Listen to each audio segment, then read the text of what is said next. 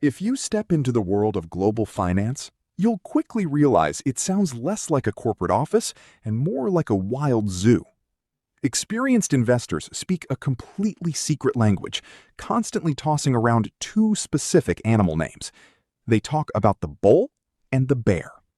If you're 10 years old, or even if you're an adult just starting to manage your own capital, understanding these two creatures is the single most important rule of the economic game. These aren't just random mascots or cute logos. They represent a fierce, never-ending tug-of-war between the two most powerful forces in human psychology, optimism and pessimism. Every single day, your parents' retirement accounts, the prices of your favorite video game companies, and the wealth of nations hang in the balance of this battle. Today, we are going to sketch out exactly how this zoo operates, how these markets get their names, and how you can ride these cycles to build generational wealth.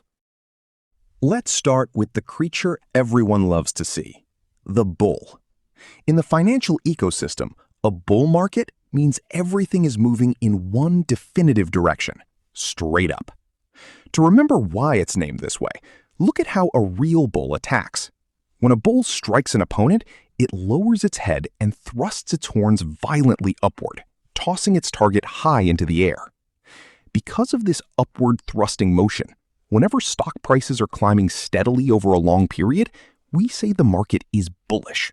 It is a period defined by massive growth and soaring asset values. Imagine a popular toy store where everyone is excited.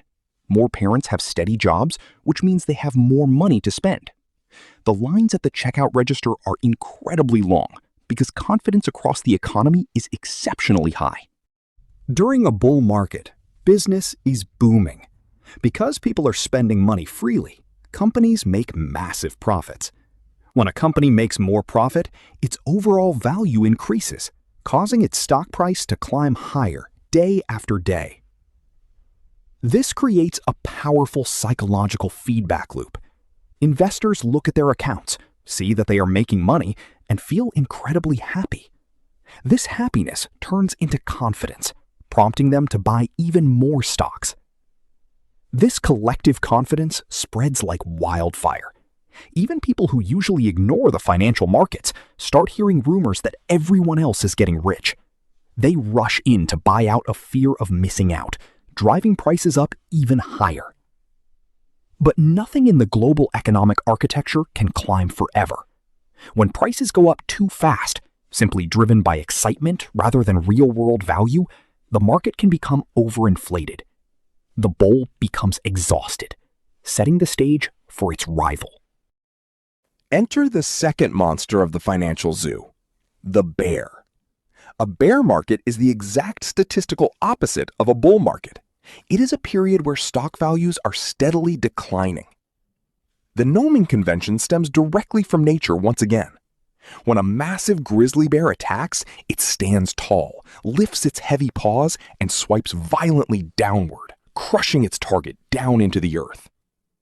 Because of this downward crushing motion, when stock prices drop by 20% or more from their recent peaks, economists declare that we have officially entered a bear market. To return to our toy store analogy, imagine a sudden shift in weather. News headlines report that the economy is slowing down. Parents start worrying about their jobs, so they stop buying extra toys and lock their wallets shut. Because consumers stop spending their discretionary income, businesses see their revenue dry up. When profits drop, the underlying value of those companies falls, causing its stock prices to steadily collapse. Just as confidence fuels the bull, fear fuels the bear. Investors look at their financial dashboards and see their hard-earned money disappearing. Fear quickly turns into panic, and they sell their investments to save what cash they have left. This mass selling floods the market with supply, causing stock prices to drop even lower. It creates a domino effect across the workforce. Companies cut costs to survive, which can unfortunately lead to layoffs and higher unemployment. Bear markets feel incredibly scary while you are living through them. The constant stream of bad news makes it feel like the system is completely broken. But just like the bull, the bear has a natural expiration date. To be a sophisticated investor, you have to look at the historical data. When we analyze the timeline of global economic history, we discover a fascinating asymmetry between these two market phases.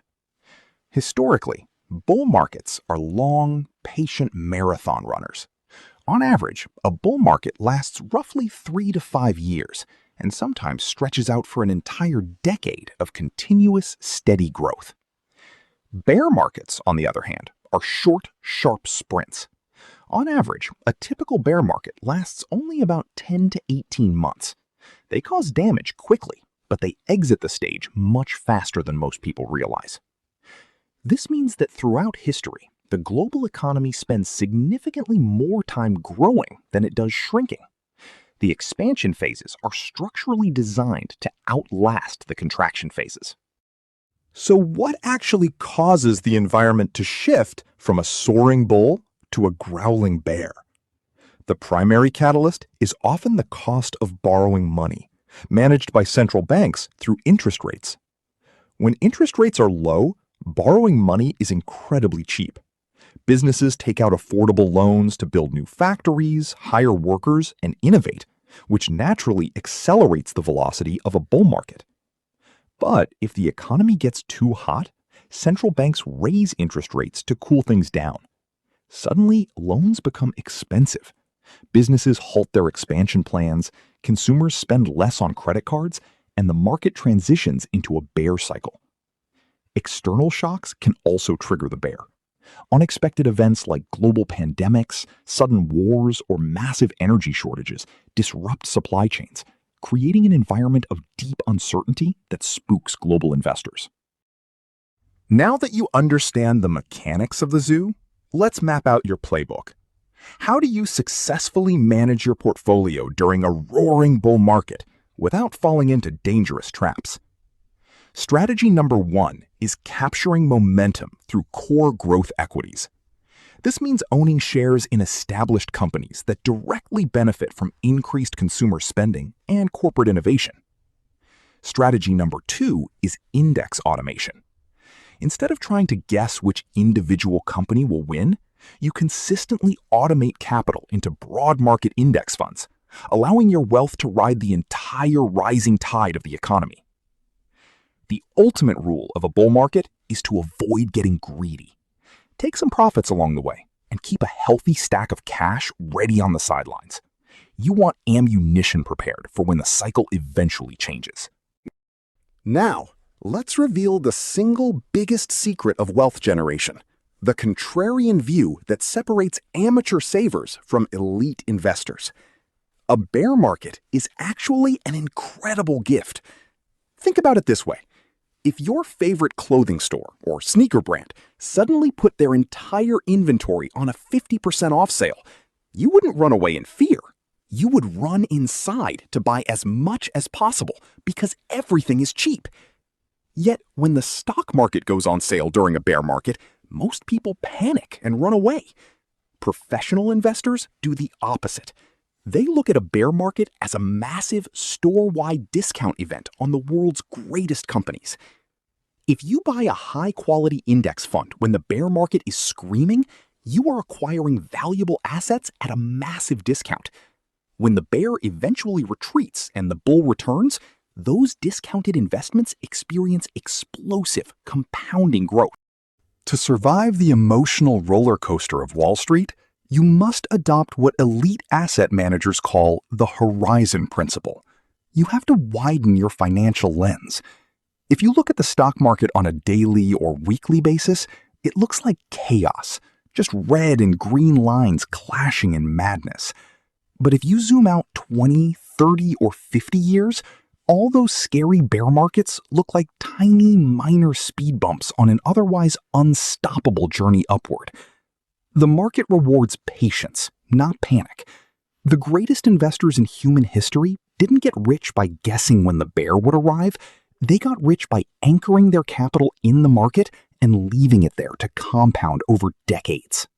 If you want to design a portfolio that is completely bulletproof against both creatures of the financial zoo, you must implement 3 foundational tactical steps immediately.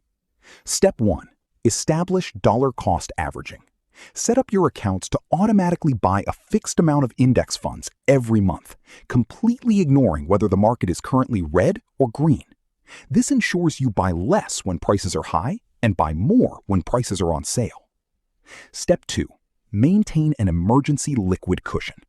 Keep at least 6 months of living expenses in a high-yield savings account.